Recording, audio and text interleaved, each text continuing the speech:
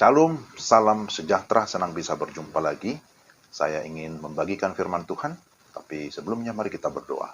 Ya Tuhan, kami mau membaca dan merenungkan firman-Mu, terangi hati kami, pimpin kami, beri damai sejahtera dalam nama Tuhan Yesus. Amin. Firman Tuhan dari 1 Petrus 4 ayat 7-8. Kesudahan segala sesuatu sudah dekat, karena itu kuasailah dirimu dan jadilah tenang, supaya kamu dapat berdoa.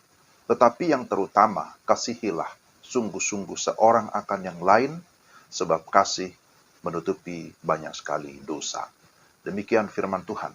Tema renungan kita, jangan tunda-tunda. Saudara yang dikasihi Tuhan, ada banyak orang ketika diminta melakukan sesuatu, lalu berkata, nanti saja, tunggu waktu yang tepat. Atau berkata, nanti setelah sudah agak longgar, sudah tidak sibuk lagi, atau tunggu situasi aman dulu, saya akan melakukannya. Akhirnya seringkali bahwa momen yang ditunggu-tunggu pun terlewatkan dan tidak jadi berbuat apa-apa. Rasul Petrus mengingatkan jemaat, betapapun sulitnya kehidupan, atau betapapun hebatnya penderitaan yang dialami oleh jemaat, mungkin berkaitan dengan masalah keuangan atau tekanan emosional, relasi yang terbatas, tetapi hal-hal itu tidak boleh menenggelamkan kesaksian hidup sebagai seorang pengikut Kristus. Berbagai penderitaan terjadi.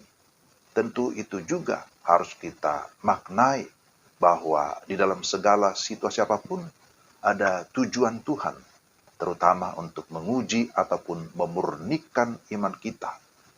Sebagai orang beriman, maka haruslah kita tetap berfokus kepada Tuhan. Apa yang harus kita lakukan? Pertama, dalam ayat 7 dikatakan, luangkan waktu untuk berdoa. Berdoa memang adalah hal yang praktis dan sederhana. Namun ada banyak orang tidak bisa berdoa karena tidak mampu menguasai diri atau tidak mampu untuk menenangkan diri. Kepanikan ataupun ketakutan membuat seseorang sulit untuk berdoa. Akan tetapi orang yang sungguh-sungguh di dalam Tuhan pasti mencari waktu untuk berjumpa dengan Tuhan. Mari kita menghadapi segala situasi apapun, bukan dengan kepanikan, tetapi dengan ketenangan, supaya kita masih bisa berdoa. Yang kedua, tunjukkan kasih kepada sesama. Itu ayat yang ke-8. Dikatakan, kasihilah sungguh-sungguh seorang akan yang lain, sebab kasih menutupi banyak sekali dosa. Apa yang bisa dilakukan? Misalnya dikatakan memberi tumpangan atau pertolongan kepada saudara yang berkekurangan, atau yang kehilangan harta bendanya. Itu adalah contoh-contoh bentuk kasih.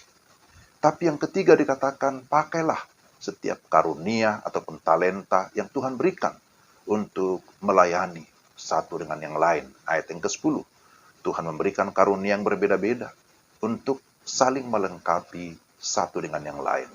Ada yang memiliki karunia mengajar, ada karunia untuk menyampaikan firman Tuhan, memimpin, menasehati, bernyanyi, dan lain sebagainya. Semua karunia itu haruslah dipakai untuk saling membangun, untuk saling memperhatikan, untuk saling melayani satu dengan yang lain.